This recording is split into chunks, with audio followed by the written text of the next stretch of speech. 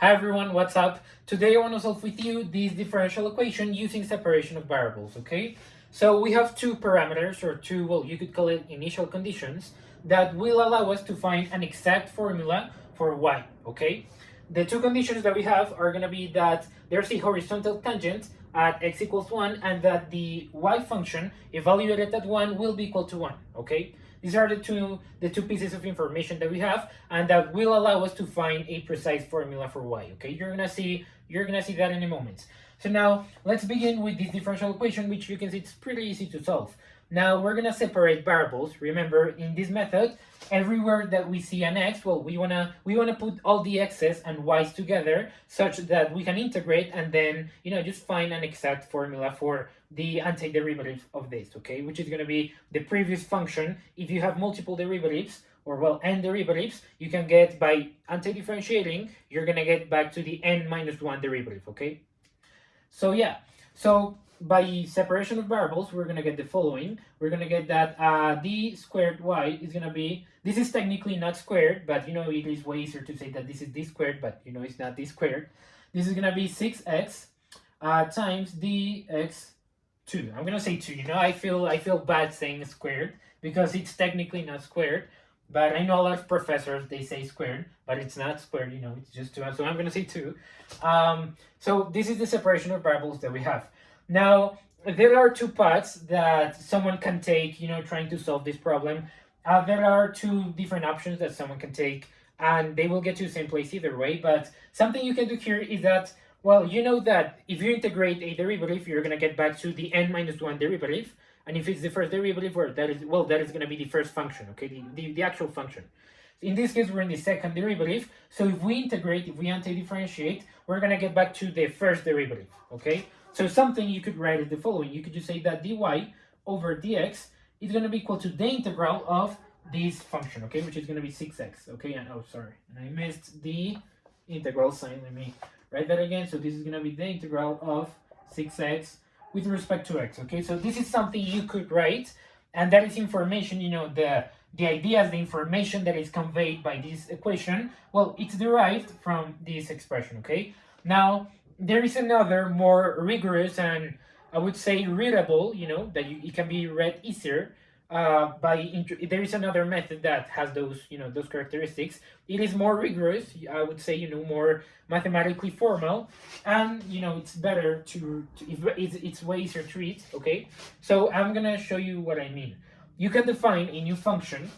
So you can say that let g exist. G is just gonna be a function such that the derivative of g, so we're gonna say, no, it would actually, it would be the derivative of g, so g prime of x is equal to 6x, okay?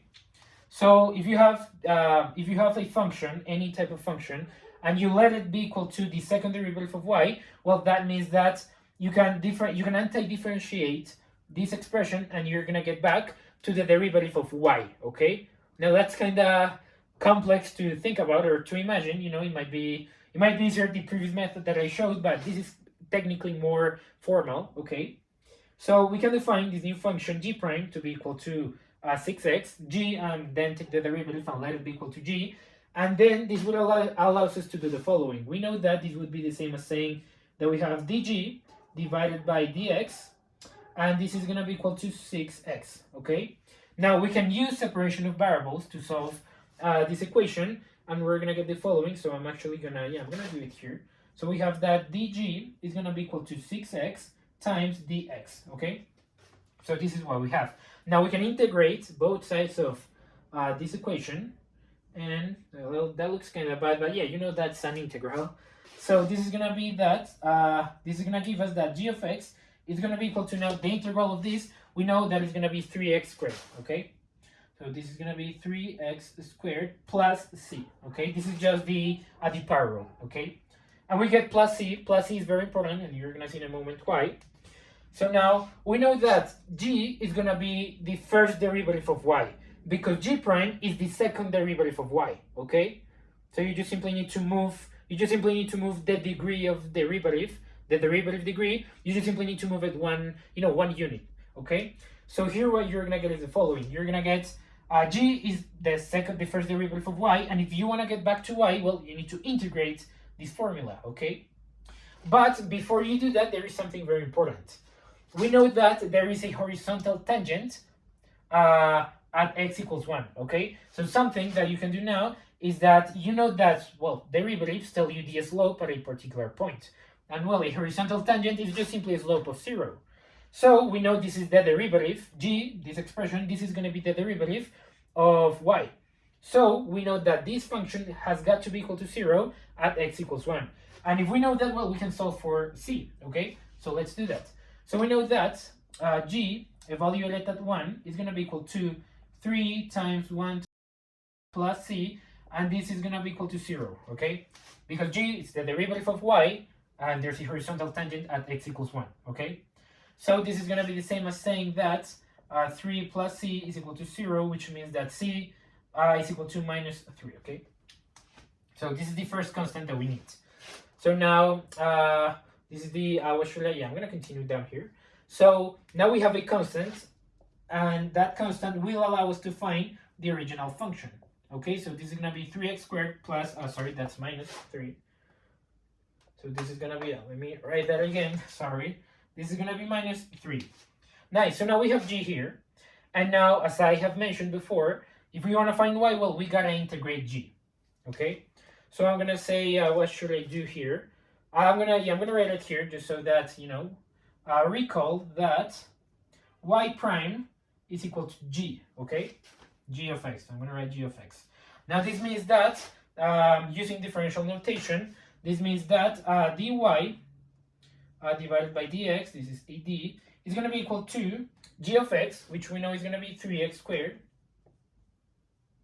minus 3, okay? And now the only thing that you need to do to find y is to use separation of variables to solve this differential equation, okay? So I'm gonna do that up here, okay?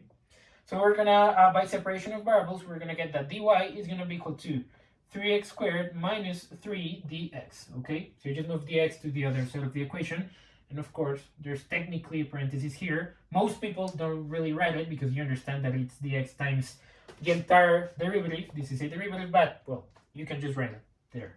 So now we just need to integrate, okay? So by integrating, we're going to get that y is equal to the antiderivative of 3x squared minus 3 dx, okay?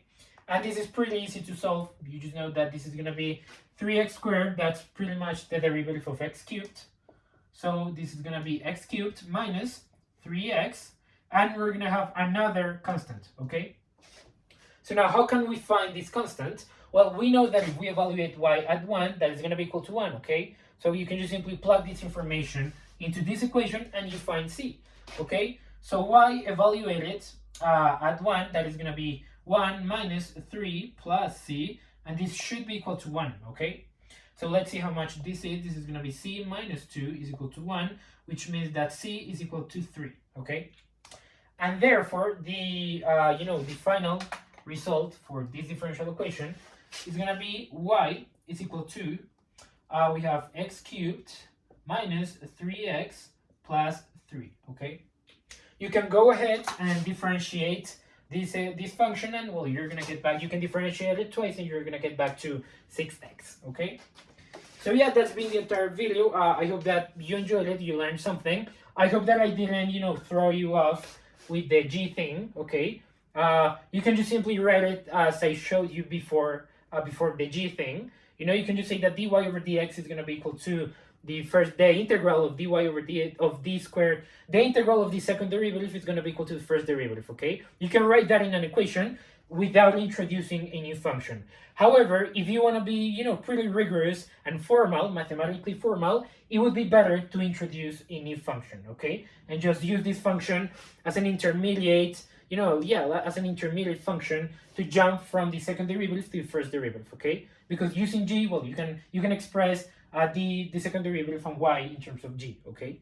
So that's something that I wanted to clarify. So yeah, that's been the entire video. I hope that you enjoyed it, and see you in the following one. Bye.